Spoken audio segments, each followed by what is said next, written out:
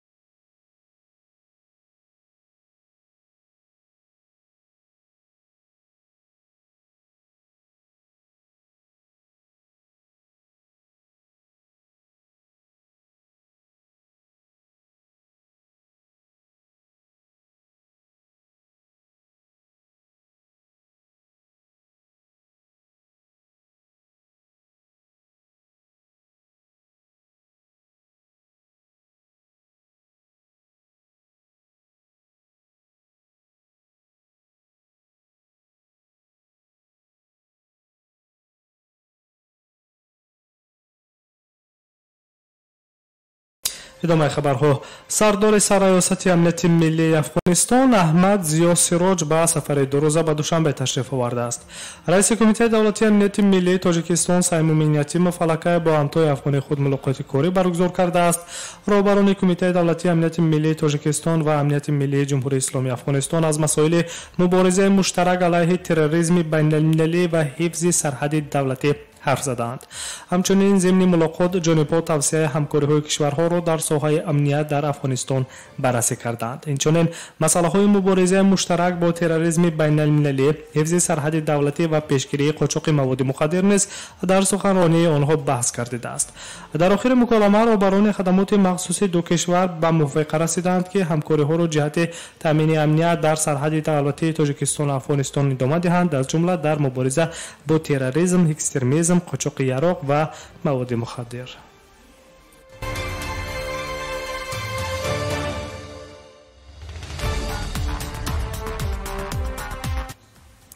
شویتساریا 1.3 میلیون دلار مصادره شده را به ترکمنستان برمیگرداند. در این باره در اظهارات رسمی وزارت کارهای خارجه شویتساریا گفته می شود. خبر می‌دهد سنترال آسیا موافق سیاست بازگردانیدن دارایی‌های به دست آورده شده شویتساریا به جمهوری ترکمنستان تقریباً 1.3 میلیون دلار ایالات متحده آمریکا را که در شویتساریا مصادره کرده شده است برمیگرداند. این مبلغ‌ها از جانب برنامه رشد سازمان ملل متحد به لایحه تندرستی روانه کرده می شوند.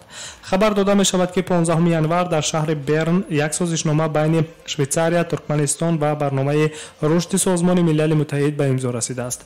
در دایره لایحه داروها برای تبابت بیماری سیل خرج کرده می شوند. در اظهارات رسمی گفته می شود که این پول همچون قسم استراتژی شویتساریا برای مبارزه با بویشوی غیرقانونی اشخاص با سیاست علاقمند مصادره کرده شده است.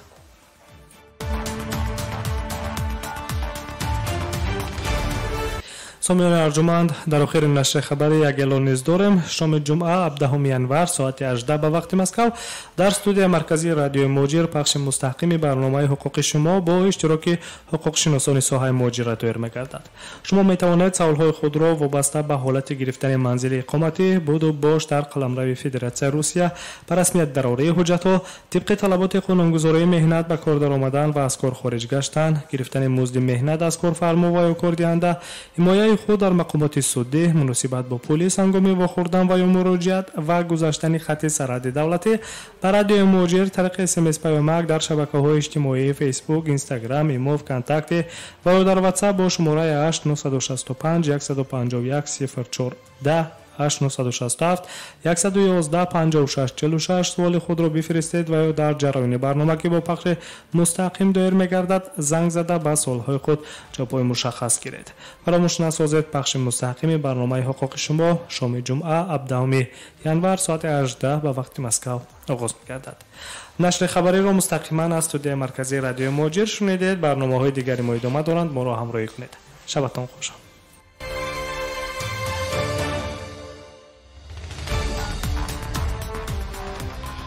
اطلاعات صحیح، شرح واقعه‌های روز، خبر و گزارش‌های جالب و شنیدنی از تحولات تاجیکستان، روسیه و جهان در برنامه اطلاعاتی خبر. همه روزه با پخش مستقیم از استودیو مرکزی رادیو مهاجر. درخواست، پیشنهاد و یا اطلاعی دارید؟ پس می‌توانید با ما دوام 24 ساعت با شماره 8967 111 56 46 در تماس باشید. رادیو مهاجر، بگذار تا بگوید.